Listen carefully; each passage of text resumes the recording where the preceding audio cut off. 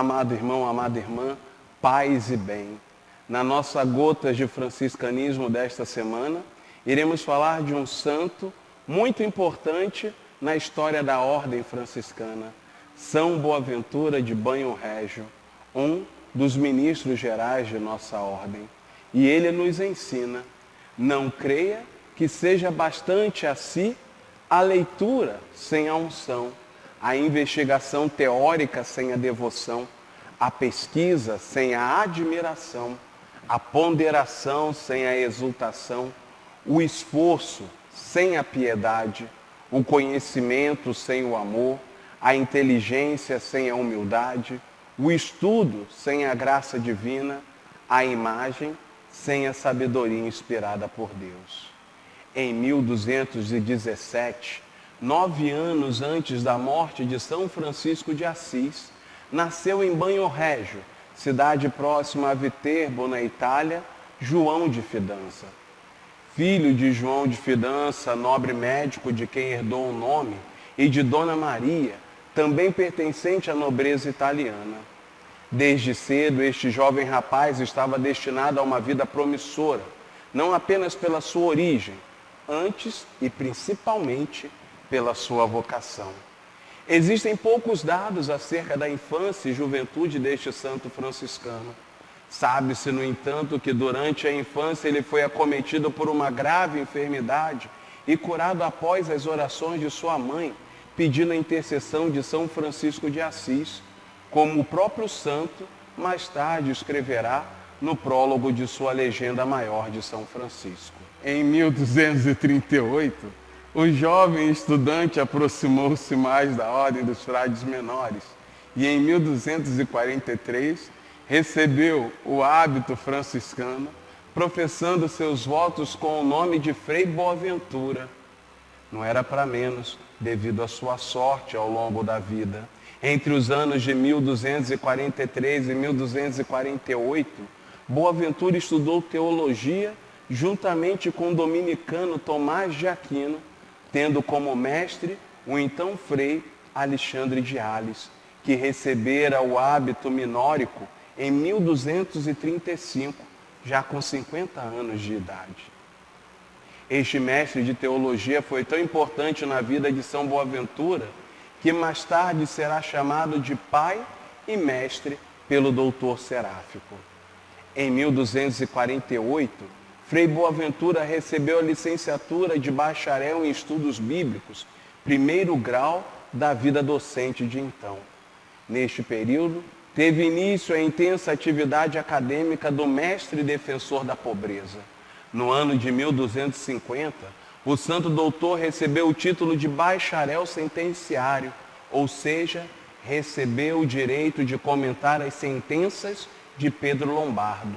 É durante este tempo, 1250, 1254, que ele escreveu seu livro Comentário às Sentenças, sua mais extensa obra, onde explica o sentido das sentenças teológicas e filosóficas de Pedro Lombardo. No ano de 1254, Frei Boaventura obteve o título de magíster, mestre, o equivalente nos nossos dias ao grau de professor titular. Nesta fase da vida, o doutor Seráfico passou a ocupar a cátedra de Soborno, reservada aos franciscanos desde Alexandre de Ales. Porém, em 1255, Boaventura foi obrigado a interromper a sua atividade docente devido a uma querela entre os mestres seculares e os mestres regulares da Universidade de Paris.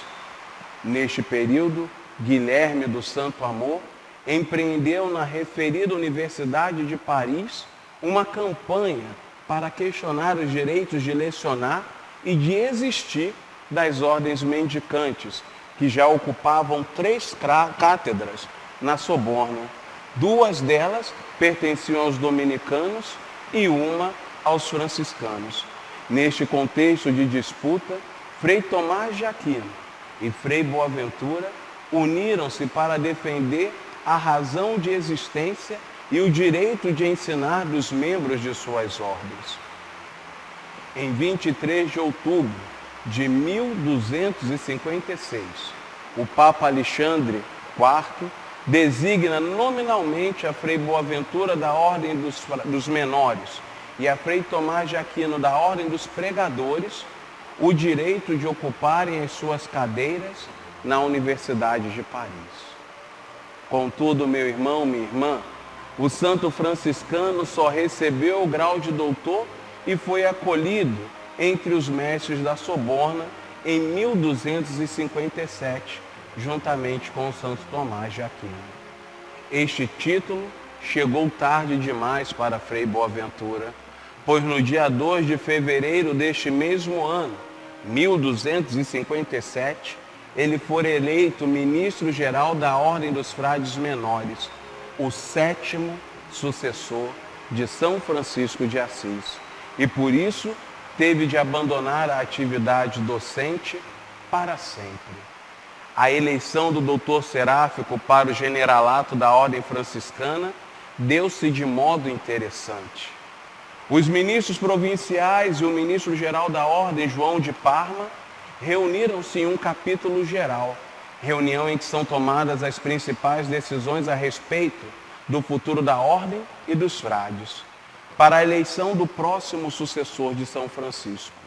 Neste capítulo, o padre-geral, que estava deixando o cargo, propôs como pessoa apta para sucedê-lo o jovem Frei Boaventura, que sequer estava presente no capítulo. Para surpresa de todos que não estavam no capítulo, inclusive do próprio Boaventura, o santo de Banho Régio foi eleito geral por unanimidade. Sendo assim, aos 40 anos, o doutor Seráfico assumiu a direção dos menores, cargo este que só deixou poucos meses antes de morrer. O governo de São Boaventura foi tão importante para a consolidação da Ordem Franciscana enquanto instituição que Paul Sabatier, um dos maiores franciscólogos, chega a considerar São Boaventura como o segundo fundador da Ordem Minórica. Desconsiderando os exageros, não se pode deixar de afirmar que este santo ministro foi importantíssimo para a Ordem Seráfica e deixou traços que perduram nela até os dias de hoje.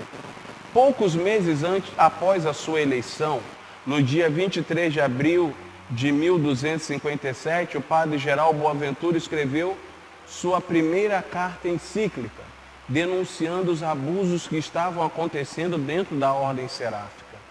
Para reprimir tais abusos, este padre-geral estimulou a construção de casas de estudos para aqueles que ingressavam na ordem, a fim de que estes frades tivessem uma formação mais sólida.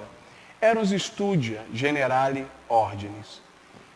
Foram construídas em cidades que abrigavam os grandes centros universitários da época. São Boaventura também favoreceu a construção de conventos ligados às igrejas nas áreas urbanas, com o intuito de que os frades estivessem cada vez mais em contato com o povo para a edificação dos fiéis na fé e nos costumes. Outro grande legado deste santo geral foi a prescrição da oração do Ângelus para os frades, constituindo de modo oficial esta oração como uma devoção franciscana. Entre o final de setembro e o início de outubro de 1259, São Boaventura retirou-se no Monte Alverne, o mesmo monte onde São Francisco recebeu seus sagrados estigmas, para escrever o Itinerário da Mente para Deus. Esta obra é um tratado de espiritualidade, onde o doutor Seráfico expõe a sua ascese mística, um caminho que leva o homem até Deus. Neste livro, o doutor do amor deixa impresso no papel uma linda síntese do seu pensamento místico, teológico e filosófico. Pensamento este que tem como meta a união estática do homem com Deus, algo que o Serafim de Assis conseguiu realizar e trouxe no próprio corpo. No ano de 1250, foi intenso para o ministro Boaventura, pois neste ano, em capítulo realizado na cidade de Naborna, ele aprovou as constituições narbonenses e foi reeleito ministro-geral. Neste mesmo ano, a pedido do referido capítulo, ele começou a redigir a Legenda Maior, uma nova biografia de São Francisco.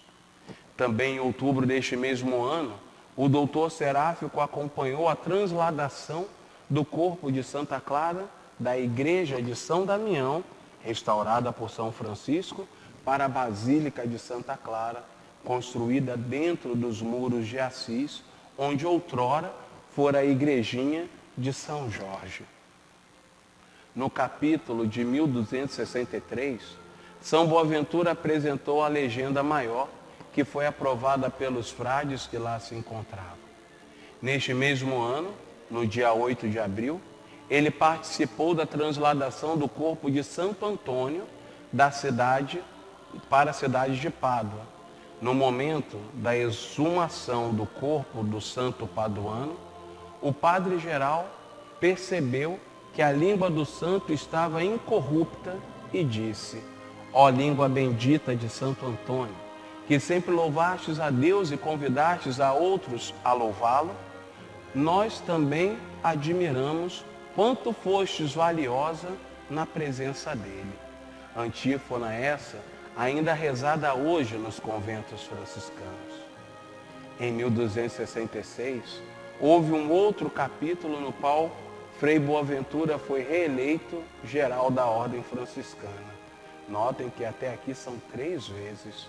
Neste mesmo capítulo, devido à grande aceitação dos frades à Legenda Maior de São Francisco, escrita pelo padre-geral, foi decidido que todas as demais biografias do patriarca da Ordem Seráfica fossem queimadas. Até hoje, meu irmão, minha irmã, não se pode afirmar com certeza se o doutor Seráfico comungava da referida decisão. Em 1271, os cardeais, que há mais de 2 anos estavam reunidos em conclave para escolher o sucessor do Papa Celestino IV, e não conseguiam entrar em acordo sobre a indicação de um novo Papa, pediram a Frei Boaventura que sugerisse um nome. Ele sugeriu o nome de Teobaldo Visconti, que sequer era bispo, o qual acabou sendo eleito Papa e assumindo o nome de Gregório X. Esse Papa, sabendo que seu sucessor tentara nomear São Boaventura bispo de York em 1265, mas o santo declinara a honra, em maio de 1273, fez o doutor Seráfico bispo cardeal de Albano e, para impedir o santo de mais uma vez esquivar-se da honra, enviou-lhe uma carta ordenando-lhe que obedecesse humildemente, sem alguma dificuldade, à nomeação e que fosse logo se juntar a ele o Papa. Ainda a respeito da eleição do cardeal, da eleição para cardeal do humilde doutor, conta-se que os legados pontifícios encarregados de entregar-lhe o chapéu e as insígnias cardinalícias encontraram-no no convento, perto de Florença, lavando os pratos.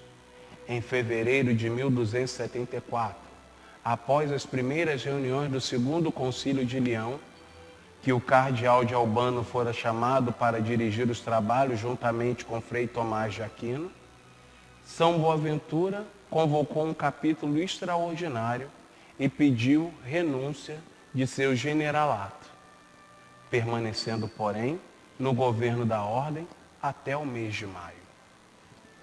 Poucos meses após renunciar, morreu o cardeal Frei Boaventura de Banho Régio, no dia 15 de julho de 1274, devido ao excesso de trabalho durante o Concílio de Leão.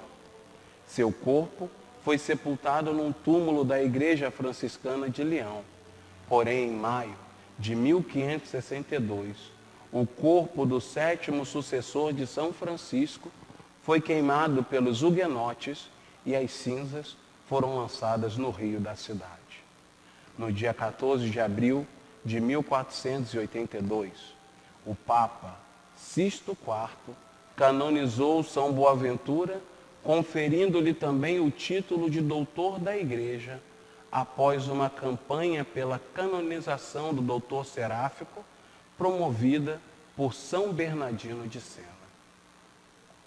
O doutor seráfico, São Boaventura, durante a sua vida escreveu 65 obras, das quais as mais conhecidas são Itinerário da Mente para Deus, Comentário às Sentenças, Brevilóquio, Redução das Artes à Teologia e Apologia dos Pobres.